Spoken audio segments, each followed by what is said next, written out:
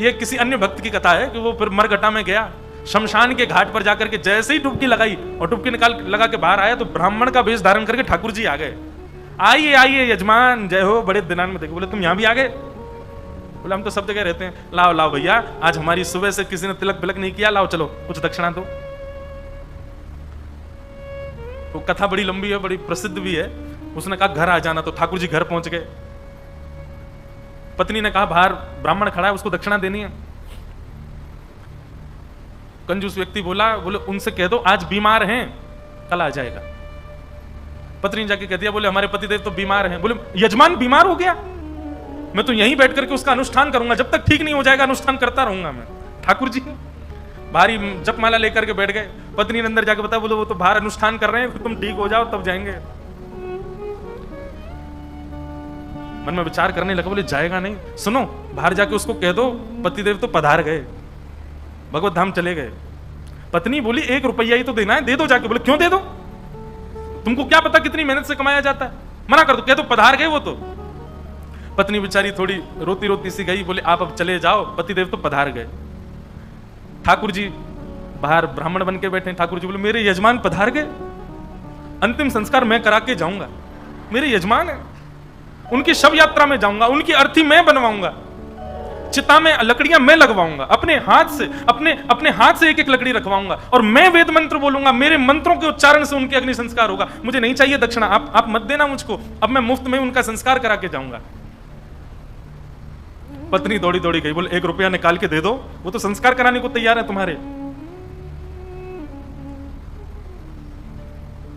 कंजूस बोला सुनो एक काम करो, अर्थी लगाओ तुम, और अर्थी बंधवा करके लेट गया। बोले चुपचाप बस ले चलो, थोड़ी दूर तक चलेगा, फिर चला ही जाएगा, जब दिख जाएगा ना कि हाँ ये वास्तव में मर गया है तो कुछ नहीं मांगेगा। महाराज अर्थी पर चढ़ गया, राम नाम सत्य बुलवाता हुआ जा रहा है शमशान, लेकिन 1 रुपया नहीं दे रहा है। ठाकुर जी भी चल रहे, बोले तू ढीठ है, मैं महा ढीठ हूं, मैं भी लेके ही जाऊंगा। शमशान पहुंच गए, वहां पर चिता बन गई, चिता में शव को रख दिया। उसका छोटा बच्चा वो अपने पिता के पास जाके, पिताजी दे दीजिए ना, वो यहीं खड़ा है, वेद मंत्र बोल रहा है, आपके सारे तो पिंडदान करवा दिए उसने, अब दे दीजिए उसको। बोले तू कुछ मत कर, तू परिक्रमा लगा के चिता में अग्नि लगा, जैसे ही थोड़ी अग्नि प्रज्वलित होगी चला जाएगा, मैं उठ के बाहर आ जाऊंगा। बालक ने जैसे ही चिता में अग्नि लगाई, चिता जलने लगी।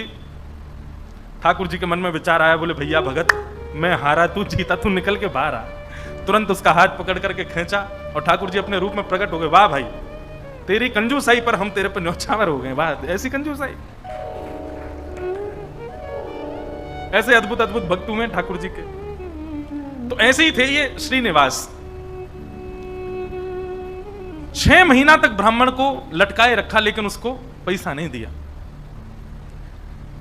लेकिन रोज आकर के बैठ जाएं ठाकुर जी, तो बोले मेरे बेटे का यज्ञोपवीत होना है, कुछ दे दीजिए। श्रीनिवास ने कहा इससे बचने का कोई और उपाय ढूंढना पड़ेगा। और उसने क्या किया, खोटे सिक्के जो कहीं नहीं चलते, खोटे सिक्के, पुराने सिक्के जो जिनका कहीं अस्तित्व नहीं है, जिनको कोई लेता तक नहीं है, उनकी 2 थैलियां बना करके, 2 पोटलियां बना करके रखी। और आज जैसे ही भगवान आए तो दोनों पोटलियां उनके हाथ में थमा दी। बोले ये लो पैसा, तुमने मांगा मैंने दिया, अब कल से मत आना यहां पर। ठाकुर जी तो सब जानते हैं, अंतर्यामी। भगवान ने जैसे ही देखा, कहा बोले ये तो खोटे सिक्के हैं, ये तो कहीं चलेंगे ही नहीं, इनका तो कोई प्रयोग ही नहीं होगा। बोले देखो बात हुई थी धन देने की, धन मैंने दे दिया, अब खोटा दूं अच्छा दूं ये मेरे ऊपर है। तुम मंगता हो, मैं दानी हूं, मैं चाहे जो दूं, तुम मना नहीं कर सकते, लेके जाओ इनको। ठाकुर जी बोले कृपा तो इस पर मुझे करनी है, चाहे जो हो जाए।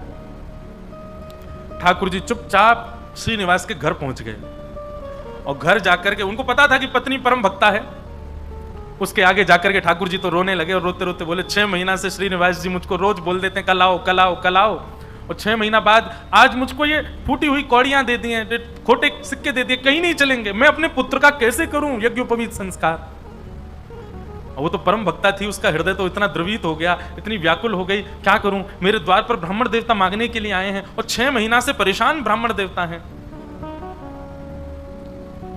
तुरंत दौड़ करके भीतर गई और अपनी अलमारी के अंदर से उनके पिता ने एक सुंदर नासिका में पहनने वाला एक क्या बोलते हैं उसको, नथनी, वो नथनी उनको दी थी, जिसकी कीमत हजारों लाखों में थी उस समय पर। मतलब कि अगर उसको बेच दिया जाए तो खूब सारा धन लिया जा सकता था, इतनी महंगी। अंदर तिजोरी के अंदर वो छुपा करके रखी थी श्रीनिवास ने ही। तुरंत वो तिजोरी से निकाल करके और अपनी जो नथनी थी ब्राह्मण देवता को प्रदान कर दी। बोले आप इसको ले जाइए और आप अपने पुत्र का बड़े प्रेम से आनंद से यज्ञोपवीत संस्कार करो। ठाकुर जी तो बड़े प्रसन्न हो गए। ठाकुर जी उस नथनी को लेकर के सीधे श्रीनिवास की दुकान पे ही गए और दुकान पे जाके बोले देखो आपने तो खोटे सिक्के दिए, उनसे तो कोई काम बन नहीं रहा, अब मुझे एक दानी ने एक स्वर्ण की सामग्री दी है, आप उसको गिरवी रख करके मुझे 100 सोने की मोहर दे दो। श्रीनिवास बोला दिखाओ क्या दिया है। तो जैसे ही वो नथनी दी, वो नथनी तो देखते ही वो समझ गया ये तो मेरी पत्नी की है। उसने घुमा घुमा करके देखा और उसने मन में आया, बोले पत्नी है भी ऐसी, बड़ी सीधी है, भोली है, भक्त है, ये जरूर घर जाकर के रोया होगा और उसने इसको निकाल, लेकिन उसने मुझसे पूछे बिना दे दी। श्रीनिवास ने कहा ठीक है मैं देता हूं, रुको। भीतर गए और अपनी दुकान की तिजोरी में ले जाकर के वो नथनी श्रीनिवास ने रख दी और बाहर आकर के कहा अभी मुझ पर मोहर नहीं है, आप कल आइए, कल 100 सोने की मोहर लेकर के जाइएगा मुझसे। भगवान बोले कल दे देंगे ना आप? बोले पक्का दूंगा, मैंने आपकी रख ली ना, नथनी अपने पास रख ली, सोने की मोहर कल दूंगा, अभी जाओ। ठाकुर जी तो वहां से चले गए। श्रीनिवास क्रोध में तिलमिलाता हुआ, आंखें लाल पड़ी, चेहरे का ताम्रवर्ण हो गया, घर पहुंचा अपने। घर में जाती चिल्लाने लगा कहां हो, बाहर आओ निकल करके। पत्नी दौड़ी दौड़ी आई, क्या हुआ क्या हुआ? बोले सुनो, तुम्हारे पिता ने जो तुमको नथनी प्रदान की थी बड़ी बहुमूल्य, उसमें बहुत सारे रत्न लगे हैं, बहुत सुंदर एक हीरा लगा, जरा लेके तो आना, मुझे देखनी है वो। अब पत्नी घबराने लगी, बोली वो तो मैंने ब्राह्मण को दे दी और श्रीनिवास अपनी तिजोरी में रख करके आए थे। इधर उधर घूमने लगा और बार बार पूछे कहां है नथनी, जल्दी लेकर के आओ। पत्नी घबरावे, थोड़ी देर में बोला यदि तुम लेकर के नहीं आई तो तुमको जीवित गाड़ दूंगा मैं, तुम्हारी मृत्यु कर दूंगा मैं, जल्दी लेकर के आओ, भीतर जाओ। श्रीनिवास का क्रोध देख करके जो लक्ष्मीबाई उनकी पत्नी थी वो कक्ष के भीतर गई, अंदर से किवाड़ लगा करके खूब रुदन करने लगी, स्मरण करने लगी, हे जगतनाथ, हे प्राणनाथ, मैंने अपराध किया है कि मैंने अपने पति से बिना पूछे घर की सामग्री किसी को दे दी, पर वो किसी दरिद्र व्यक्ति को तो नहीं दी, किसी गलत स्थान पर तो नहीं दी। एक ब्राह्मण बेचारा केवल अपने परिवार का पालन करने के लिए कुछ मांग रहा है, 6 महीने से परेशान था, उसको यदि मैंने दी, इसमें भी आपकी सेवा का भाव रखा मैंने, क्योंकि मैंने सुना है कि ब्राह्मण आपके मुख हैं, कोई ब्राह्मणों की सेवा करता है तो वो आपके मुख की सेवा के समान होता है। मुझसे अपराध तो हो गया है नाथ, लेकिन मैंने तो आपकी सेवा के लिए किया है, मेरे प्राण तो आज निकल जाएंगे, पति मुझे मेरे जीवित छोड़ेंगे नहीं, लेकिन मैं उनके हाथों मर करके उन पर दोष लगे ऐसा नहीं करूंगी, मैं स्वयं अपने प्राण त्याग दूंगी। और उन्होंने तभी वहां कक्ष में कुछ ऐसी सामग्री थी, उससे विष लेकर के एक कटोरी में और पीना चाहा और अंत समय में बस एक भावना रखी, हे मेरे ठाकुर जी, केवल आप उस ब्राह्मण को सुरक्षित रखिएगा, उसके परिवार को सुरक्षित रखिएगा, कहीं ये लड़ते झगड़ते उसके ऊपर आक्षेप ना डाल दें, उसके ऊपर कोई कष्ट ना दे दें, उसके बालक का अच्छे से यज्ञोपवीत संस्कार हो जाए, मेरी बस यही प्रार्थना है।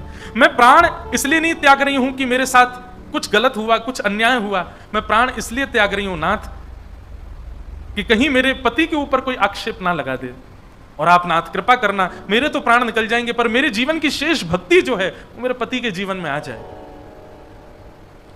ऐसा कहते ही जैसे ही विष मुख के पास लेकर के पान करने लगी लक्ष्मीबाई, तभी एक खनक जैसी हुई, एक आवाज जैसी आई, नेत्र खोल करके देखा तो जो नथनी थी उनकी वही ऊपर से गिरी है उस विष की भरी हुई कटोरी में। नेत्र खोल करके देखा तो ये तो वही नथनी है, ये तो मेरी नथनी है, ये यहां कैसे आ गई?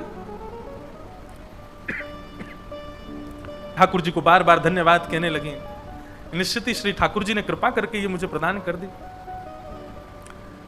तुरंत उस पात्र को दूर रख करके नथनी हाथ में लेकर के, भगवान पर विश्वास तो उनका था ही, प्रसन्न मुद्रा में द्वार खोल करके बाहर आई और बाहर आकर के श्रीनिवास जी को दिखा दी, लीजिए ये लो नथनी। अब यहां श्रीनिवास का दिमाग घूम गया, बोले नथनी तो मैं अपनी तिजोरी में रख करके आया हूं, ये अंदर से कैसे निकाल के लिए आई? उसने नथनी पकड़ी, बोले ये तुम्हारी है ना? बोले हाँ मेरी है, देखिए ना वही हीरा है, वही रत्न है, वही स्वर्ण है। श्रीनिवास बोला हाँ है तो वही। वो कुछ नहीं, बात ही नहीं करी, नथनी लेकर के सीधा अपनी दुकान पर गया और दुकान पर जाकर के तिजोरी जो कि यथावत जैसी ताला आदि लगा के गया, जनेऊ में चाबी फंसा रखी थी, चाबी निकाल करके जैसे ही तिजोरी खोली और तिजोरी खोल करके भीतर देखा तो जिस तिजोरी में नथनी रखी थी वो वहां थी ही नहीं। श्रीनिवास तो व्याकुल हो गया, बोले ये कैसे संभव हो सकता है। वो तो घर गया, घर जाकर के पत्नी से कहने लगा, बोले मुझे सब सत्य बताओ, मुझे पता है कि ये नथनी अंदर नहीं थी, लेकिन मुझे सत्य जानना है कि अंदर आई कैसे। मैं तुम्हारे हाथ जोड़ता हूं, मुझे सत्य बताना। तब पत्नी ने सारा वृत्तांत बताया। बोले एक ब्राह्मण 6 महीने से आपकी दुकान के चक्कर लगा रहे थे, आपने उनको कुछ नहीं दिया, वही मेरे पास आए तो मुझे कुछ नहीं मिला, तो मैंने वो नथ उनको प्रदान कर दी, बस मैंने उनको प्रदान की थी। अब आपको कैसे इसका पता चला ये नहीं। तो फिर आगे श्रीनिवास ने बताया, बोले ब्राह्मण मेरे पास आए और मेरे पास आके नथनी को उन्होंने गिरवी रखा, 100 सोने की मोहर मांगी थी, मैंने कल आने के लिए उनको कहा, मैंने तिजोरी में रखी, लेकिन तुम्हारे पास कैसे आई अंदर। पत्नी ने बताया, बोले जब आप बहुत क्रोध करने लगे तो भीतर जाकर के मैं विष पान करने की योजना बना रही थी, और जैसे ही मैंने विष अपने मुख से लगाया तभी खनक करके आवाज आई, और जिस पात्र में विष था उसमें नथनी अपने आप आकर के गिर पड़ी। ये बात सुनते ही श्रीनिवास रुदन करने लगे, रोने लगे, और रुदन करते करते उनको वो बार बार ब्राह्मण की छवि दिखाई देने लगी, और बार बार उसकी छवि में ठाकुर जी का रूप दिखने लगा। वो स्मृति आने लगी कि जब मैं कह देता था कल आ जाना, तो बेचारे ऐसे हाथ जोड़ करके, ठीक है बाबूजी मैं कल आ जाऊंगा, पर कल आप दे देंगे ना मेरे पुत्र का यज्ञोपवीत होना है। ये सारी स्मृति श्रीनिवास के चित्त में उठने लगी, और ये विश्वास प्रगाढ़ हो गया कि ये सामान्य ब्राह्मण नहीं थे, साक्षात ठाकुर जी थे, और ये ठाकुर जी अनुग्रह करके मुझसे दान कराने के लिए आ रहे थे। अरे दान क्या कराने आ रहे थे, मेरे आगे हाथ जोड़ करके मांगने के लिए आ रहे थे। मैं जप नहीं करता, तप नहीं करता, संध्या नहीं करता, साधना नहीं करता, वो मेरे द्वार पर ठाकुर जी आकर के ऐसे खड़े हो जाते थे भिक्षुक के भांति कि कुछ दे दो। मैंने ठाकुर जी को भिक्षुक बनाया, मैंने ठाकुर जी को प्रतीक्षा करवाई, मैंने ठाकुर जी को टालता रहा। अपनी पत्नी के चरण पकड़ लिए, बोले तुम्हारी भक्ति किस योग्यता है, मैं तो घोर नास्तिक हूं, मैंने तो अपने जीवन में कुछ भी अच्छा नहीं किया, ये तुम्हारी भक्ति का प्रभाव कि ठाकुर जी मुझ पर अनुग्रह करने के लिए आ रहे हैं। मैंने ठाकुर जी को टहलाया, मैंने ठाकुर जी से प्रतीक्षा करवाई, मैंने ठाकुर जी को इतना कष्ट दिया इस संपत्ति के लिए, इस धन के लिए। तुरंत हाथ में जल लेकर के, अक्षत लेकर के, दक्षिणा रख करके अपनी पत्नी से कहा तुम भी हाथ रखो, और दोनों ने हाथ में हाथ रख करके अपनी संपूर्ण संपत्ति, जितनी संपत्ति है, दुकान मकान बगान जो कुछ भी था उनके पास में, सबको संकल्पित करके कृष्णार्पण मस्तु, हम सब ठाकुर जी को अर्पित करते हैं। इस संपत्ति के चक्कर में मैंने ठाकुर जी से प्रतीक्षा करवाई, इस संपत्ति के आगे मैंने ठाकुर जी को इतना कष्ट दिया। और उसी दिन से ही श्रीनिवास की स्थिति ऐसी हो गई कि अपना जितना धन था धीरे धीरे धीरे धीरे करके ब्राह्मणों में, संतों में, वैष्णवों में, अयोग्यों में, गरीब कन्याओं के विवाह में, गरीब बालकों की पढ़ाई में करते करते करते करते एक तो होता है कि इतना खर्च करें कि हमारा घर भी चले, पर नहीं, श्रीनिवास की तो ऐसी स्थिति हो गई कि अब वो कुछ रखते ही नहीं है अपने पास। अपनी दुकान भी बेच दी, अपनी सारी संपत्ति बेच दी, एक दिन अपना घर भी बेच दिया। परिवार के लोग धीरे धीरे कोसते कोसते दूर होने लगे। अरे क्या बुद्धि हो गई तुम्हारी, सब बेच दिया, सबको ठाकुर जी की सेवा और ठाकुर जी के जनों की सेवा में लगा दिया, एक फूटी कौड़ी भी अपने पास नहीं रखी। बोले कि नहीं, इसकी वजह से मैंने ठाकुर जी को श्रमित कराया, मैं इसको कैसे रख सकता हूं। और सब छोड़ करके, सब त्याग करके पत्नी ने कहा अब हमारे पास कुछ भी नहीं है, रहने के लिए घर भी नहीं है, भोजन करने के लिए अन्न भी नहीं है, पहनने के लिए वस्त्र भी नहीं है, अब हम क्या करें। बोले अब पकड़ो मेरा हाथ, अब हमने सब छोड़ दिया, क्योंकि अब तक सबको अपना माना था, पर अब हमारे नाथ, हमारे स्वामी श्री पंडरीनाथ हैं, श्री विठ्ठल भगवान हैं, चलो उन्हीं की शरण में, चलो उन्हीं के नगर में, वही खिलाएंगे, वही रिलाएंगे, वही सब करेंगे हमारी व्यवस्था। और श्रीनिवास अपनी पत्नी के साथ पंढरपुर आ गए हमेशा के लिए। यहां आकर के उन्होंने दिव्य एक संत थे, उनसे गुरु दीक्षा ली, और गुरु दीक्षा लेने के बाद केवल एक ही उनका काम, दिन में जाना और जाकर के श्री पंडरीनाथ भगवान का दर्शन करना, और पूरे दिन यहाँ के वैष्णवों का दर्शन, उनकी सेवा करना, यही उनका काम। दीक्षा के बाद गुरुदेव ने उनको दूसरा नाम प्रदान कर दिया। दीक्षा में एक नाम दिया जाता है, और अब तक उनका नाम श्रीनिवास था, अब उनका नाम पुरंदर दास हो गया। श्री पुरंदर दास चंद्रभागा नदी के तट पर बैठे रहते, दिन भर विठल विठल विठल विठल विठल, बस चिंतन करते और उस स्वरूप का ध्यान करते जो ब्राह्मण रोज अपने हाथ फैला करके दुकान पर आता था। 4 लोगों को बैठ करके बताते कि मेरी दुकान पर कैसे ठाकुर जी आते थे, और मैं नालायक, मैं दुष्ट प्राणी, मैं रोज उनसे कहता था कल आ जाना, कल आ जाना। अरे मैंने कितना बुरा किया, लोग खड़े करके दिखवाता था, दूर से दिख जाते थे तो मैं भाग जाता था।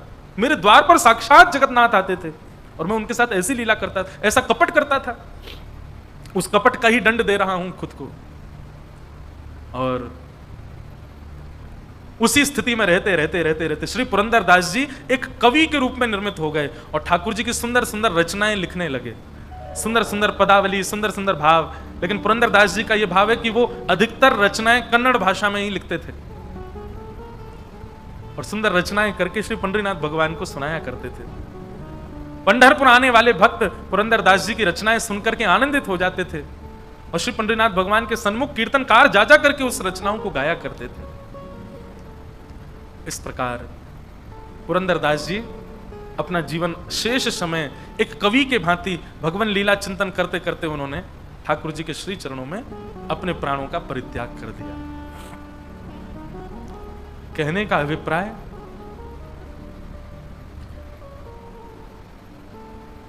यह देखा जाता है अधिकतर कि घर में यदि माताएं बहनें भक्त स्वरूपा हैं, उनके चित्त में यदि भक्ति है तो उनकी भक्ति का प्रभाव पति पर, पुत्र पर, पिता पर और घर के जो सदस्य हैं उन पर पड़ता है और उन्हीं के भक्ति के प्रभाव से सब सुखी होते हैं।